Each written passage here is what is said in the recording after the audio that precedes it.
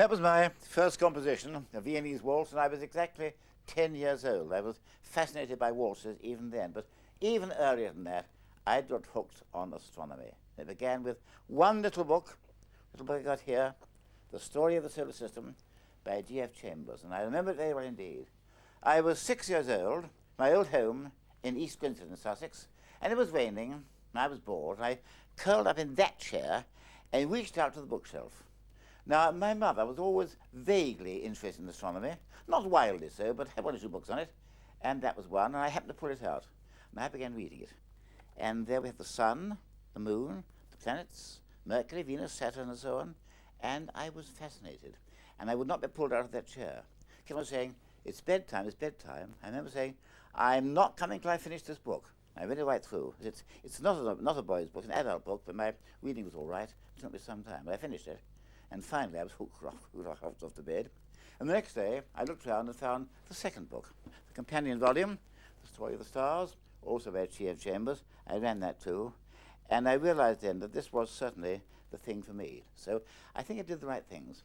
I borrowed an elementary star map, went out at night, and learnt my way around the sky, making a past resolve to learn one new constellation every night, I remember. And then I borrowed a pair of binoculars and used those, taking great care not to look at the sun, I may say. And then I decided, well, I really ought to have a telescope. And I saved up for years, pocket money, birthday money, Christmas money. And finally, I accumulated £7 10 shillings. And with that, I bought this telescope, a 3-inch refractor, which is a jolly good telescope, I may say.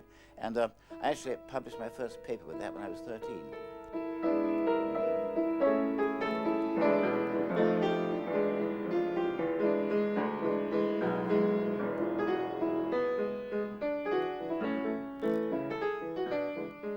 Well, earlier than that, I had a bit of luck.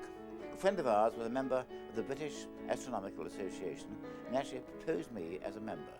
I was 11 years old, and I remember being taken to the meeting in London and walking up there in front of all the members, shaking hands with the President, the Astronomer Royal, and being welcomed officially as a member. A great moment for me, and I say, exactly 50 years later to the day, I was President. So in fact, you know, it all began with that little blue book. Had I picked another kind of book, I might not be here now. So it began with that little blue book, and I remember the exact moment. It certainly altered my entire career, so that was the real turning point of my life.